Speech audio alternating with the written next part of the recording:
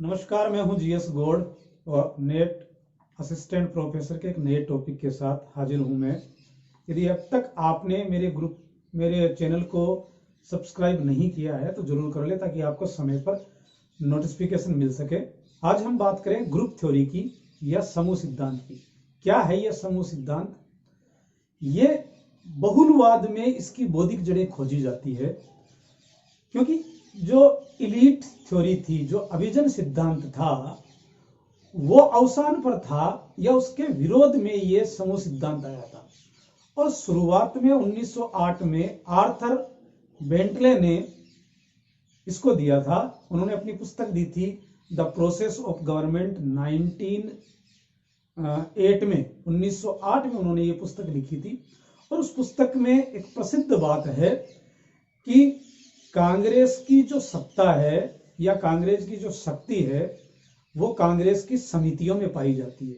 यानी वो ये कहते थे कि इस कांग्रेस मतलब जो अमेरिका की संसद है, उस कांग्रेस की जो समितियां हैं, वास्तविक शक्ति उसमें पाई जाती है, यानी समूहों में पाई जाती है। तो हमें उन समूहों का अध्ययन करेंगे, तब हमें राजनीति का पता चलेगा कि अमेरिका में राजनीति किस करवट बैठ रही है। तो यहां पर वही समूह थ्योरी की अपन बात कर रहे हैं, जिसकी जड़ें बहुलवाद में ढूंढी जाती है, या जिसकी बौद्धिक जड़ें बहुलवाद में ढूंढी जाती है। और ये बहुलवादी जो विचारक थे, जॉन फिगिस, मेटलैंड, जीडीएच कोल, इन विचारकों में यहां से इसको उठाया जाता है। अब सबसे पहले बात कर लेते हैं कि समूह सिद्धांत है क्या। यानी अब तक हम जो राजनीति का अध्ययन करते आए हैं वो संस्थाओं का अध्ययन कर रहे थे, हम सरकार का अध्ययन कर रहे थे, हम राज्य का अध्ययन कर रहे थे, हम राज्य के अंगों का अध्ययन कर रहे थे। तो आर्थर एफ बेंटले ये बात कहते हैं कि राजनीति का अध्ययन ये अध्ययन नहीं है, संस्थाओं का अध्ययन नहीं है, किसी विशिष्ट संस्थाओं का अध्ययन नहीं करना है, बल्कि समूहों का अध्ययन है। व्यक्ति जो होता है वो विभिन्न प्रकार के समूहों में जुड़ा हुआ होता है, और वो समूह में इसलिए जुड़ता है क्योंकि उसके हित जुड़े हुए होते हैं समूह। वो यहां पर समाज की एक परिभाषा देता है कि समाज क्या है। समाज जो है वो कोई एक संस्था नहीं है। वो ये कहता है कि व्यक्ति क्या करते हैं, विभिन्न समूह बनाते हैं। और समूह क्यों बनाते हैं ये? क्योंकि ये अपने हितों की पूर्ति के लिए विभिन्न समूह बनाते हैं, उन समूह में जुड़ते हैं। तो ये जो समूह है वास्तव में ये हित समूह होते हैं, और ये जो विभिन्न प्रकार के समूह है, इनका जो संगठन ही समाज है। तो व्यक्ति इन समूह से जुड़े हुए होते हैं।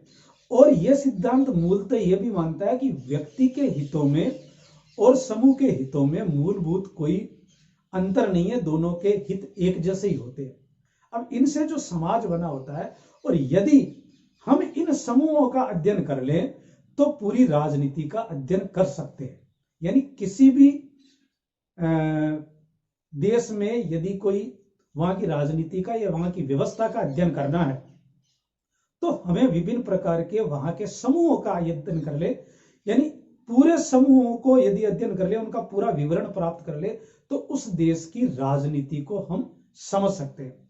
आइए शब्दों में और किस प्रकार इसको कहा जाता है उसकी बात कर लेते हैं कि समूह सिद्धांत व्यक्ति के स्थान पर समूह को राजनीति के अध्ययन की मूल इकाई मानता है। यानी यह व्यक्ति का व्यवहार या व्यक्ति का अध्ययन नहीं करना है, किसी संस्था का अध्ययन नहीं करना है, बल्कि समूह थ्योरी, जो समूह होते हैं उन समूहों का अध्ययन करते हैं, वो उसको राजनीतिक इकाई मानते हैं।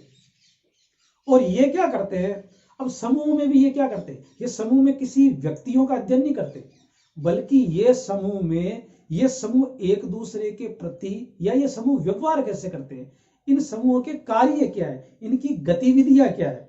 तो ये उन समूह में जो आपस में ये जो गतिविधियां करते हैं, ये जो कार्य करते हैं, उनको ये आधार बनाकर उनको अध्ययन करते हैं। तो समूह सिद्धांत के जो सिद्धांतकार है, जिसमें 3 सिद्धांतकार आते हैं, आर्थर बेंटले, डेविड ट्रूमैन और अर्ल लेथम। सबसे पहले इसको आर्थर बेंटले ने दिया था 1908 में। हालांकि इन्होंने जो बातें कही थी, ठीक वही बातें बाद में ट्रूमैन और अर्ल लेथम ने कही। लेकिन एक बार आर्थर बेंटले ने जो समूह थ्योरी दी, उसको बाद में धीरे धीरे भुला दिया गया, और उसको पुनः 1950 के दशक में डेविड ट्रूमैन और अर्ल लेथम द्वारा पुनः इसका उद्भव किया गया। तो अपन इन दोनों की बात करेंगे। सबसे पहले आर्थर बेंटले इसको किस प्रकार से समझाता है उसकी हम बात कर रहे हैं।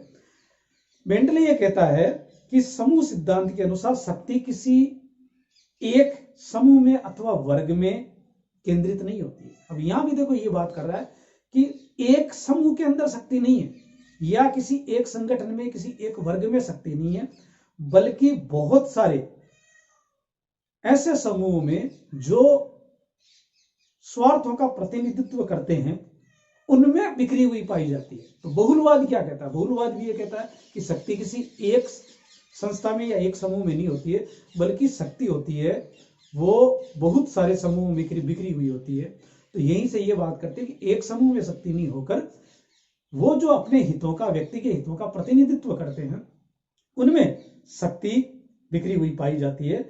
और ये समूह क्या करते हैं? एक दूसरे के साथ सत्ता की प्रतिस्पर्धा में लगे हुए होते हैं। यानी वही जो इलीट ग्रुप बात कर रहा था कि एक निश्चित गुट में सत्ता की अदली बदली होता है, और ये कहते हैं कि सत्ता की अदली बदली उन गुटों में नहीं होती, बल्कि व्यक्तियों का बहुत बड़े जो समूह होते हैं जिनके आपस में हित होते हैं, इनके अंदर सत्ता की अदली बदली होती है। ये सत्ता की प्रतिस्पर्धा में लगे रहते हैं। कुछ समूह पुराने टूटते रहते हैं, बिखरते रहते हैं, कुछ नए समूह उनकी जगह बनते रहते हैं। व्यक्ति वो होता है जो एक समूह में नहीं जुड़ा होता है, व्यक्ति बहुत सारे समूह में जुड़े हुए होते हैं। इसलिए यहां व्यक्ति का अध्ययन नहीं करके इन समूहों का अध्ययन किया जाता है। यानी किसी देश की राजनीति को जानने के लिए उसके समूहों का अध्ययन करना, और समूह में भी उसकी गतिविधियों का, उसके कार्यों का अध्ययन करना। यह संस्थागत दृष्टिकोण के विरुद्ध है, क्योंकि यह संस्थाओं का अध्ययन नहीं करते। जैसा कि मैंने कहा, इसका उद्गम आर्थर बेंटले द्वारा हुआ था, जिन्होंने अपनी पुस्तक द प्रोसेस ऑफ गवर्नमेंट 1908 में लिखी थी, परंतु बाद में सिद्धांत को भुला दिया गया था। ये अपनी इस सिद्धांत की प्रमुख जो बातें हैं वो ये कहते हैं कि बेंटले ये कहते हैं कि गत्यात्मकता और प्रक्रिया राज्य की कार्यों की प्रमुख विशेषता है।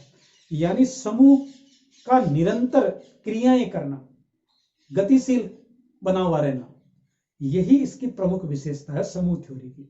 जबकि जिस प्रतिक्रिया में आया, इलीट ग्रुप की प्रतिक्रिया में ये आया, अभिजन सिद्धांत की प्रतिक्रिया में ये सिद्धांत आया था, तो जो अभिजन सिद्धांत है वो स्थिरता में विश्वास करता है, वो बदलाव में विश्वास नहीं करता। वो ये कहता है कि धीरे धीरे सर्कुलेशन चलता रहना चाहिए, जिससे व्यवस्था स्थायी रूप से बनी रहे।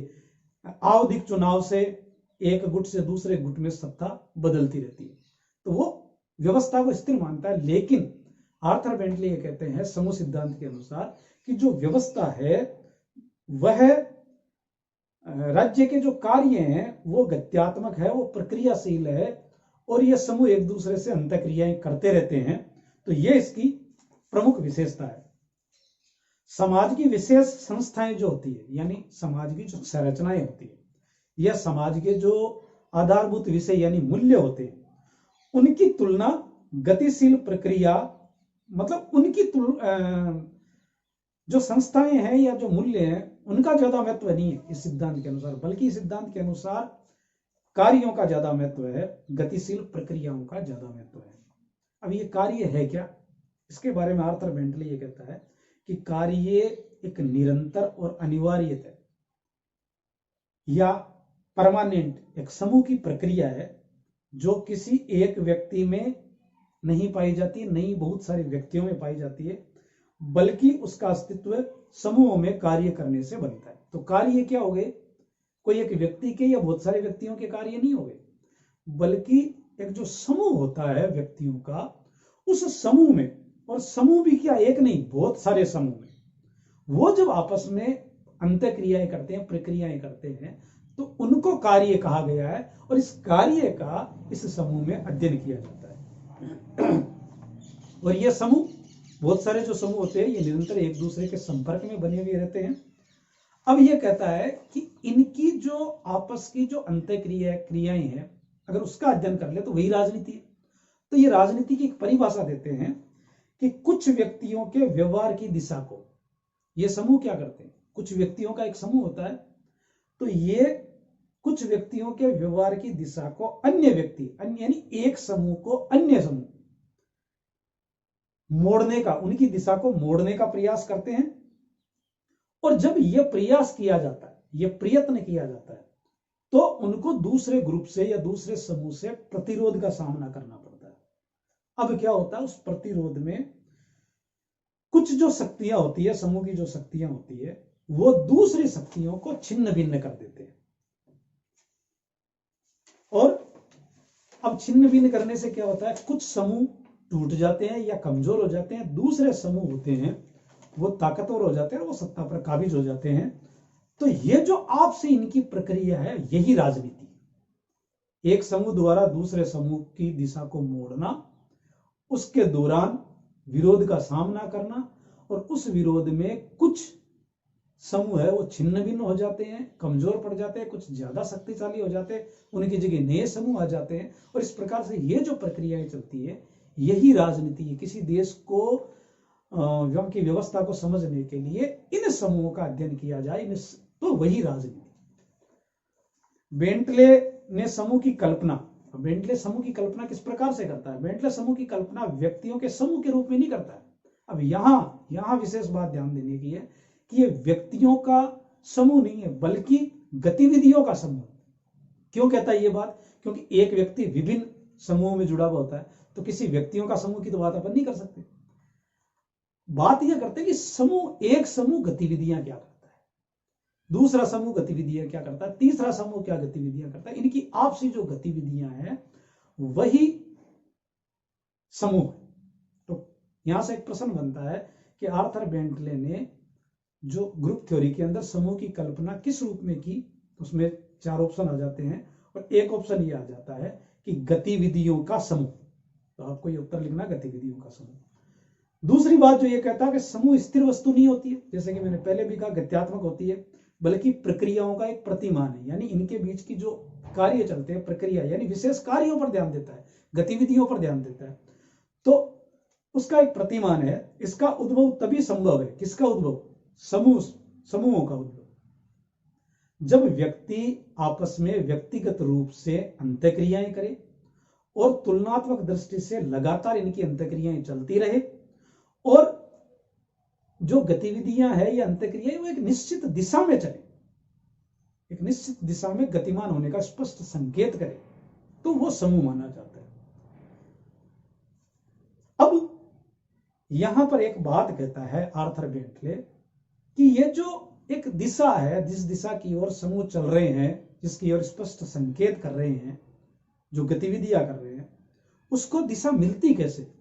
तो उन्होंने एक संकल्पना दी, हितों की संकल्पना। अब हितों की संकल्पना क्या है?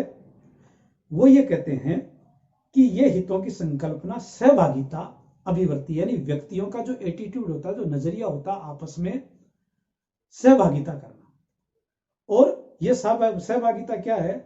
यह सहभागिता सामाजिक व्यवस्था में किसी एक समूह का दूसरे समूह के विरुद्ध मांगे प्रस्तुत करने के लिए प्रेरित करती है। क्योंकि व्यक्ति एक समूह में जुड़ा होता है, उससे हित जुड़े हुए होते हैं।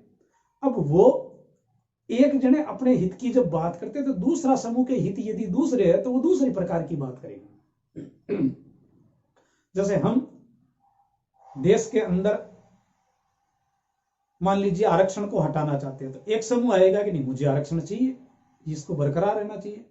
एक उसको बरकरार रखना चाहता है, एक उसको हटाना चाहता है। तो यानी जब एक समूह ये आपस में सहभागिता करते हैं उस समूह में, तो एक समूह दूसरे समूह को मांग करने के लिए प्रेरित करता है, क्योंकि एक समूह मांग करेगा, दूसरा अपने आप प्रेरित होगा। तो इस प्रकार से उस समूह को एक गति मिलती है, एक दिशा मिलती है, और वो उस दिशा का स्पष्ट संकेत करता है। और इसी का अध्ययन उस देश में क्या चल रहा है कि उसकी जो सरकार है वो कैसी है, वो इन मांगों को पूरा कर सकती है कि नहीं कर सकती है। ये सिद्धांत सभी आपस में एक दूसरे से जुड़े हुए होते हैं। अब ये कहता है कि समूह की गतिविधियां क्या है? ये गतिविधियां एक संग्रह का नाम है, जो हितों से प्रेरणा ग्रहण करते हैं। हमारे हित है, हम मांग उठाते हैं, तो ये उनसे प्रेरणा करते हैं, और प्रेरणा लेने के बाद में जब मांगों की प्रेरणा होती है, तभी गतिविधियां चलती है, और सामाजिक व्यवस्थाओं का निर्माण करते हैं, जो अनेक समूहों से मिलकर बनती है। यानी हितों के आधार पर ही समूहों का संगठन होता है। जिस प्रकार के हमारे हित होंगे, उसी प्रकार का संगठन बन जाएगा, और यह संगठन आपस में फिर गतिविधि करेगा। तो इस प्रकार यह समूह है वो गतिविधियों का एक संग्रह है। समाज जो है, यहां एक परिभाषा और दी इन्होंने कि समाज क्या है। फिर समूह तो आपने बता दिया, तो बहुत सारे समूहों का एक अंतर्जाल है समाज।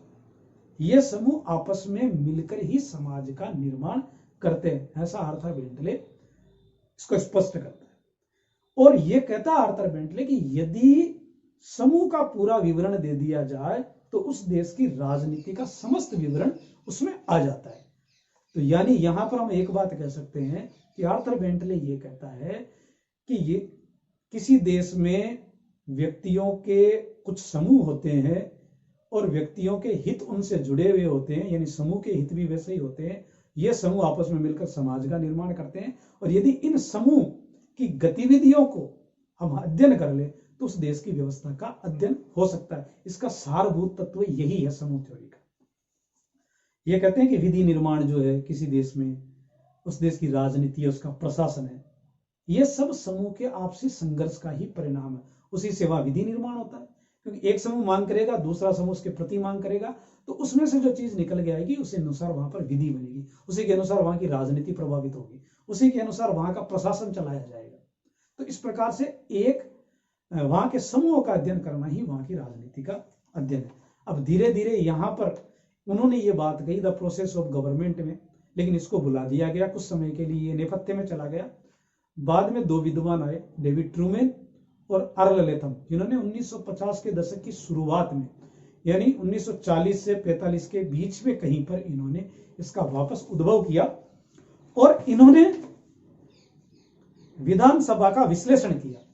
उसके अंदर विधानसभा में कुछ गुट बने हुए थे वहां की, ये अमेरिका की बात कर रहा हूं मैं, वहां की विश्लेषण जब किया तो उसमें इस समूह सिद्धांत का व्यापक प्रयोग किया था। और इन्होंने कहा कि व्यक्ति और समाज में उनके हितों में मूलतः कोई संघर्ष नहीं है, उनके हित आपस में समान होते हैं।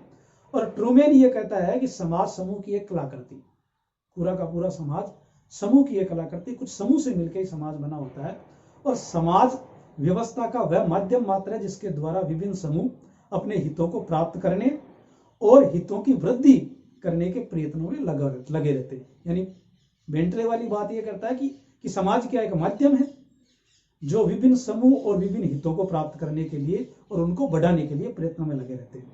तो कहने का मतलब है कि प्रत्येक समूह एक प्रकार का हित समूह है, ये बात ट्रूमैन कहता है। और अर्ल लेथम क्या कहता है कि समाज उन समूह का संगठन है जो परिवर्तन की अथक प्रक्रिया में लगे हुए होते हैं। समाज उन समूहों का संगठन है जो परिवर्तन की अथक प्रक्रिया में लगे रहते हैं, एक दूसरे के साथ जुड़ते हैं, टूटते हैं, शक्ति के अनेक संघ बनते हैं, संगठन बनते रहते हैं और बिगड़ते रहते हैं। तो यही सारी प्रक्रिया समाज है। अभी बात यहां एक प्रश्न उठता है कि फिर जब एक दूसरे के साथ समूह इस तरह से गतिविधियां करते हैं तो इनमें संतुलन कैसे बना हुआ रहता है? अगर कोई गुट बहुत ज्यादा शक्तिशाली हो गया तो क्या व्यवस्था टूट नहीं जाएगी? तो इसका जवाब ट्रूमैन ये देते हैं, वो एक संकल्पना देते हैं, समूह के दबाव की संकल्पना या समूह के दबाव का संतुलन, the balance of group pressures, इस नाम से वो संकल्पना देते हैं। और ट्रूमैन ये कहते हैं कि समूह आपसी संघर्ष करते हैं, लेकिन उसके बावजूद वो एक दूसरे पर निरंतर दबाव डालते रहते हैं। और जब एक दूसरे पर दबाव डालते हैं, वो क्यों दबाव डालते हैं? क्योंकि व्यक्ति एक समूह से नहीं जुड़ा होता बल्कि बहुत सारे समूह से जुड़ा हुआ होता है, तो वो नहीं चाहता कि कोई एक समूह इतना ज्यादा शक्तिशाली हो जाए कि वो दूसरे समूह को तोड़ दे। तो वो आपस में एक दूसरे पर दबाव डालते रहते हैं और इस प्रकार संतुलन बना हुआ रहता है और समूहों में शक्ति बराबर बनी हुई रहती है। तो यह है समूह के दबाव का संतुलन। इसे ट्रूमैन, ये जो आपस में इस तरह से दबाव डालना, उसको बराबर बनाए रखना, शक्ति का बैलेंस करना, इसे ट्रूमैन खेल के नियम नाम देता है। और बेंटले इसको जो नाम देता है वो है कि व्यक्तियों की ये पुरानी आदत है या पुराना स्वभाव है। तो वो बेंटले पुरानी आदत या पुराना स्वभाव नाम देता है, जबकि ट्रूमैन इसको खेल के नियम नाम देता है। और संतुलन, माफ कीजिए, अर्ल लेथम इसको क्या नाम देता है? अर्ल लेथम इसकी एक परिभाषा देता है संतुलन की। वो कहता है कि मतदान के अवसर पर प्रतिस्पर्धा समूहों के बीच शक्ति संतुलन, वो इसको इस प्रकार से स्पष्ट करता है। यहाँ एक प्रश्न भी बनता है कि मतदान प्रक्रिया से जोड़कर समूहों के संतुलन की बात कौन करता है, तो वो करता है अर्ल लेथम। लेथम ये बात करता है कि जिस प्रकार मतदान करते समय समूह जब वोट करने जाते हैं तो वो क्या करते हैं, अपने अपने एजेंट बिठाते हैं, और वो एजेंट क्या करते हैं, वो मतदाताओं की पहचान करते हैं ताकि कोई फर्जी वोट ना दे, यानी किसी समूह को कोई दादागिरी करने का अवसर नहीं मिल जाए, फर्जी वोट देने का अवसर नहीं मिल जाए, तो एक संतुलन कायम रखते हैं एजेंट के द्वारा। तो इस प्रकार से उन्होंने इसकी परिभाषा दी है संतुलन की। जिस प्रकार से मतदान में संतुलन रखा जाता है उसी प्रकार से समूह के में भी आपस में, या समूह के व्यक्ति भी आपस में संतुलन बनाए रखने का काम करता है। यही है समूह के दबाव का संतुलन। विभिन्न समूह को प्रभावित करने के लिए एक समूह भिन्न प्रकार के तकनीकों और तरकीबों का सहारा लेते रहते हैं, यानी विभिन्न प्रकार की ये तकनीकें अपनाते हैं, विभिन्न प्रकार की तरकीबें अपनाते रहते हैं। समूह या संगठन में शक्ति का आधार, उनकी शक्ति का आधार क्या है, किसी संगठन की ताकत कैसे मापी जाएगी, तो उसकी ताकत मापी जाएगी कि उसकी सदस्य संख्या कितनी है, ज्यादा, जितना वो ज्यादा बड़ा है उतनी उसकी ताकत ज्यादा है। उसके हित कैसे हैं, हित भी कैसे, नॉर्मल हित है या विशेष हित है, उसके संगठन का स्वरूप क्या है, ढीला ढाला है या व्यवस्थित अनुशासित है, उसके नेतृत्व कैसा है, उसके प्रचार के साधन क्या है, उसको जनमत को मोड़ देने की ताकत उसमें कितनी है, या दूसरे जो समूह होते हैं उन पर दबाव डालने की उनकी क्षमता कितनी है। इन सभी चीजों से किसी एक समूह की ताकत का निर्धारण किया जाता है। अपन एक तरह से वर्तमान के जो राजनीतिक दल है उनको एक तरह से समूह कह सकते हैं। हालांकि यहां समूह की व्यापक परिभाषा है, यहां तो केवल, क्योंकि धार्मिक समूह है, राजनीतिक समूह है, सांस्कृतिक समूह है, राजनीतिक समूह है, आर्थिक समूह है, ये इन सभी समूहों की बात करता है कि ये सभी समूह है जो आपस में अंतःक्रियाएं करते हैं, इन्हीं से राजनीति प्रभावित होती है। तो यदि इनका अध्ययन कर लिया जाए तो किसी देश की राजनीति का अध्ययन किया जा सकता है, यही समूह सिद्धांत है। अब यहां एक प्रश्न और उठता है जिसका ट्रूमैन ने जवाब दिया था कि ये अगर समूह का ही अध्ययन करना तो फिर सरकार की क्या जरूरत है, सरकार का इसमें रोल क्या है, तो फिर सरकार बनी हुई क्यों है। तो ट्रूमैन इसका जवाब देते हैं कि सरकार का कार्य है समूह के संबंधों के बीच की व्यवस्था करना और उस व्यवस्था को बनाए रखना। यानी सरकार का उन्होंने काम दिया है कि सरकार क्या करेगी, इन समूह के संबंधों की व्यवस्था करेगी और समूह के संबंधों को बनाए रखेगी, ये सरकार का कार्य है। यहां पर एक लाइन में यदि इस पूरे समूह सिद्धांत की बात करें तो समाज न तो विशिष्ट संस्थाओं से बनता है और न ही सारभूत मूल्य से बनता है, बल्कि ये समूह की गतिविधियों की प्रक्रियाओं से बनता है। ये इसका समूह सिद्धांत का आधारभूत या सारभूत विचार है। राजनीतिक प्रक्रिया को, अब ये जो सिद्धांतकार है समूह सिद्धांत के, Arthur Bentley, David Truman, Earl Latham, ये जो सिद्धांतकार है ये इसके लिए कुछ एक नई शब्दावली प्रयोग लेते हैं कि कार्य, समूह, दबाव, तनाव, इसके संदर्भ में वो कुछ शब्दावली काम में लेते हैं। वो शब्दावली है जैसे अव्यक्त समूह, असंगठित हित, खेल के नियम, अधिकारिता, संतुलन, सर्वसम्मति, इस प्रकार के ये शब्द काम में लेते हैं। तो यहां से भी एक प्रश्न बनता है कि किस प्रकार की शब्दावली इनमें शामिल नहीं है। तो आप इसको स्क्रीन से देखें और इसको याद करें। यह था समूह सिद्धांत। अब इसकी कुछ कमियां भी गिनाई जाती है कि सबसे पहली बात है कि समूह क्या है, इस शब्द का कोई सार्थक परिभाषा ये लोग नहीं दे पाए, ना ही ये राजनीति की कोई स्पष्ट परिभाषा दे पाए, ना ही ये, दूसरी बात है कि समूह और हित को इन्होंने पर्यायवाची मान लिया, जबकि ये पर्यायवाची नहीं होता है। समूह अलग चीज है, हित अलग चीज होते हैं। और सरकार क्या करेगी इनके बीच में, इसकी स्पष्ट कोई भूमिका वो ढूंढ नहीं पाए। उसके बाद में इसको कोई सिद्धांत भी नहीं कहा जाता, हालांकि बेंटले, ट्रूमैन, इनके द्वारा इसको कोई सिद्धांत का नाम नहीं दिया गया था, लेकिन फिर भी आलोचना करने वाले भी ये कहते हैं कि ये कोई सिद्धांत है ही नहीं, जबकि इसको समूह सिद्धांत के नाम से जाना जाता है। और एक विशेष बात यहाँ की जाती है कि समूह में जब आपस में संघर्ष होता तो व्यवस्था टूटती क्यों नहीं, चल कैसे रही है, बिखर क्यों नहीं जाती, ये व्यवस्था बनी हुई कैसे है। तो ये कुछ कमियां इसमें छोड़ दी गई थी। तो इस प्रकार से ये समूह सिद्धांत पूरा हुआ। धन्यवाद। लाइक करें, कमेंट करें, मेरे चैनल को सब्सक्राइब करें। अगले वीडियो तक आप सभी का धन्यवाद। नमस्कार।